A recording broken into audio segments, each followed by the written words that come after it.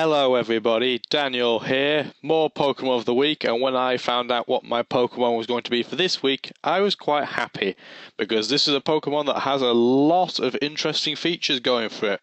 It's Stoutland, number 508 in the National Pokedex, and it's obviously one of the new 5th gen Pokemon. It is currently in the RU tier, albeit it has been in pretty much every single tier going, so by the time this comes out it might have changed, but for sake of argument, let's say it's in the RU tier, because it is at the point of this recording.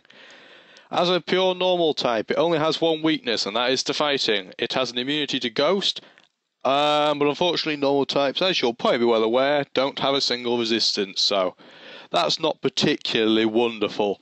Its abilities, though, are pretty wonderful. It has 3 abilities, all of which are very, very handy. Intimidate lowers the opponent's attack 1 stage. This is pretty handy if you're a bulky Pokemon like Stoutland is.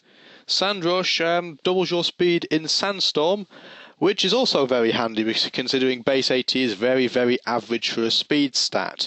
The 3rd ability, Scrappy, means normal and fighting type moves can hit ghost types. This is incredibly handy for Pokemon that are normal types that only go for 1 attack, because it means that you physically can't not hit anything.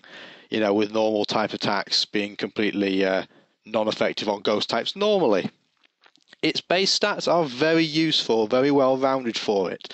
Its special attack is awful, but it doesn't use it at any point. And if you're using special attack, you're normally very desperate on a Stoutland.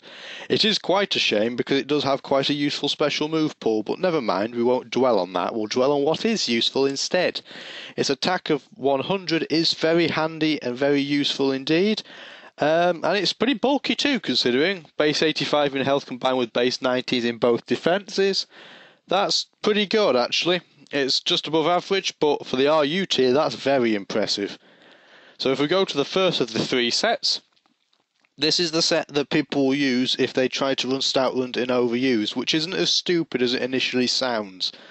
See, with Sandrush and Sandstorm and weather in general being incredibly common in the OU tier, running Stoutland is not the most stupid thing going. The reason being that base 100 attack combined with a choice band is very, very, very powerful if you can predict well enough to pick the right move. There's no variation in what moves you could pick for this set, unfortunately, because Stoutland's move pool just is not helpful enough to run anything else. Return is your stab move of choice because it hits over base 100 plus stab. And with 100% accuracy, that is definitely going to be the way to go. Superpower is perfect to run alongside because it will hit all the steel and rock types that Return can't hit, of which there are quite a lot of steel types in OU, albeit a lot of them do have a psychic subtype, so you're not going to be quite as effective as you'd hope. Crunch in the 3rd slot is very useful as well. If you can try and catch, for example, a Gengar by surprise, Crunch is the way to go. The 4th move is Wild Charge. We're sort of scraping the barrel for moves that Stoutland can use, frankly. And the reason to use this is because you're going to hit Gyarados incredibly hard, even after it possibly intimidates you. And really, it's not too bad for type coverage. Electric is pretty handy in a tier full of flying type threats, which didn't used to be the case, it has to be said. Obviously put all your EVs into attack and speed and throw the random 4 anywhere you want, because it really doesn't matter. And run Adamant, because by the time your Sandrush goes into effect, you're going to be outspeeding now on everything anyway. The only exception would have been Excadrill, but you don't have to worry about that. That's in Ubers, so don't you worry. Obviously don't run this if you're not doing a Sandstorm team, because it will not work in OU. This is literally the only set in OU that has any chance of survival. Don't try and run Scrappy to make your prediction easier. Don't try and run Intimidate to make it more versatile. Stick with what it does best. The second set is, if you're going to use it lower down in the tiers, you don't really have to run a choice band, but pretending you are running a choice band is a very useful thing to do, simply because people will treat you with a lot more caution. And that will allow you to get more switch-ins. Having Sandrush Yeah, you might as well, just in case there is some incredible opportunity that comes down. You can run Scrappy as well, if and when it becomes available. But really, you don't massively need to, because with an expert belt, you're going to do more damage with things that are super effective. Obviously, normal can't be super effective, but if you run a life orb, you're going to give away that you have a life orb with recoil damage, so you can't do that, because people will not treat you as if you have a choice band if you're losing health through recoil. It's, kind of obvious. Also, running life orb with wild charge is very risky because you're going to be losing health to recoil like Billy-O, and are probably going to kill yourself before you kill anybody else. To get onto the moves, return is obvious. Wild charge in the lower tiers is very handy because there are a lot more generic, reasonably rubbish water types about, and there are absolutely tons of them. Superpower is always a good move for Stoutland, regardless of what tier you're going in. It's a base 120 power move that can't miss, so I would make most advantage of that. And then your fourth move, there's a bit of variety here compared to the first set. The reason being is simple. If you are running a choice band, you do not want to get locked into an elemental fang, because the moves in isolation are pretty poor at best.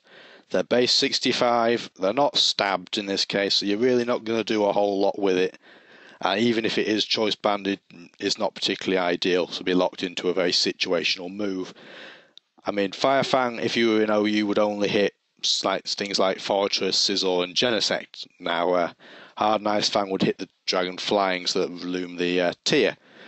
You can run them in a lower tier simply because it's not, you're not going to get stuck into it, which is the key factor. If you were to if you want to role play this further, to say you are bluffing a choice item, the first couple of times you use your Stoutland, use a move once and then switch out. It's going to make it a lot more understandable from the opponent's perspective for them to believe you have a choice item. Because if you blow your cover immediately by, say, using return on something, predicting a switch and then using superpower, doing that ruins the entire point of bluffing, and you might as well have run a choice band in the first place, because the element of surprise has gone. Obviously the EVs are going to be identical to the first set because you're pretending to be the first set. You can run Jolly if you want here. That's not the worst thing in the world to do, because that way you could switch your ability to one of the other two if you're feeling like you want to do that. I would recommend going for Adamant, because that's the way I'm used to seeing it, if I'm being completely honest. The third set is a set that I've made up, tried it briefly, and it worked to some degree.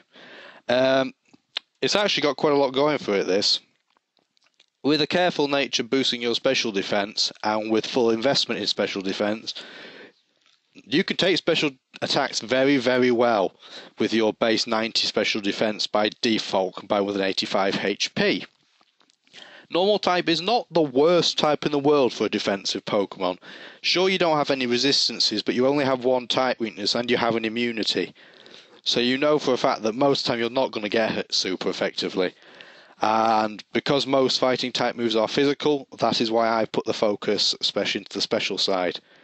If you want to balance the books in terms of defenses, you can run a bit Intimidate, which will lower the attack of a Pokemon that you switch into.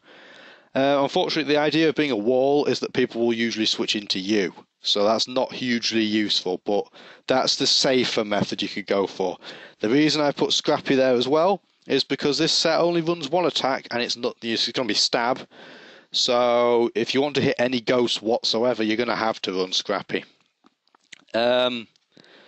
Rest and Sleep Talk are a combination that go together very well, albeit in this generation sleep is a bit more of a pain because the sleep counter resets if you switch out, but it doesn't mean it's completely useless. You whack things as hard as you can with return, or roar them out if they're a problem for you, and then you go to sleep. And you'll use Sleep Talk to continue doing this while you're trying to wake up. Remember, rest always lasts for you have 2 turns of sleep and then you wake up on the third. Or unless you switch out, in which case it resets back to that point. this is quite a useful set actually. This worked a lot better than I thought it would, because again, people suspect that you will be choice banned. So if you run with return first, people will assume you're choice banned and switch immediately. And this obviously gives you a turn to do whatever you want, whether that's to protect the Stoutland by roaring or by returning again to hit something else. This does require quite a bit of synergy though, because in isolation this Pokemon's not going to do anything. You have to sort of think this one through a bit, and obviously in order to do so you need to team it with something that can really help your cause. An example would be to try Quillfish, Nidoqueen or Scolipede, as I mentioned, because all of these not only will help you if you're in Quillfish's case by intimidating as well, but more importantly, all three of these can learn Toxic Spikes, and this is a type of set where you're going to be wearing your opponents down.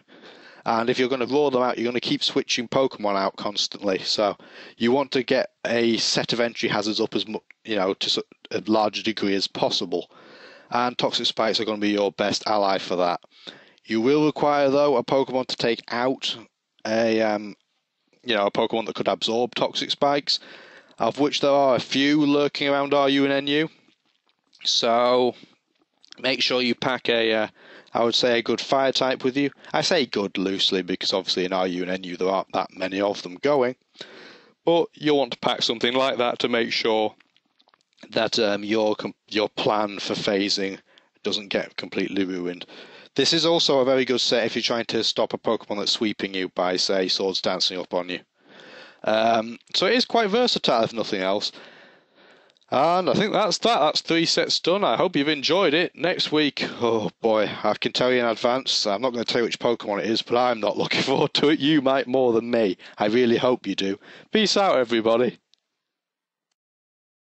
If you enjoyed the video you've just seen, please join my Facebook group and follow me on Twitter for the latest news.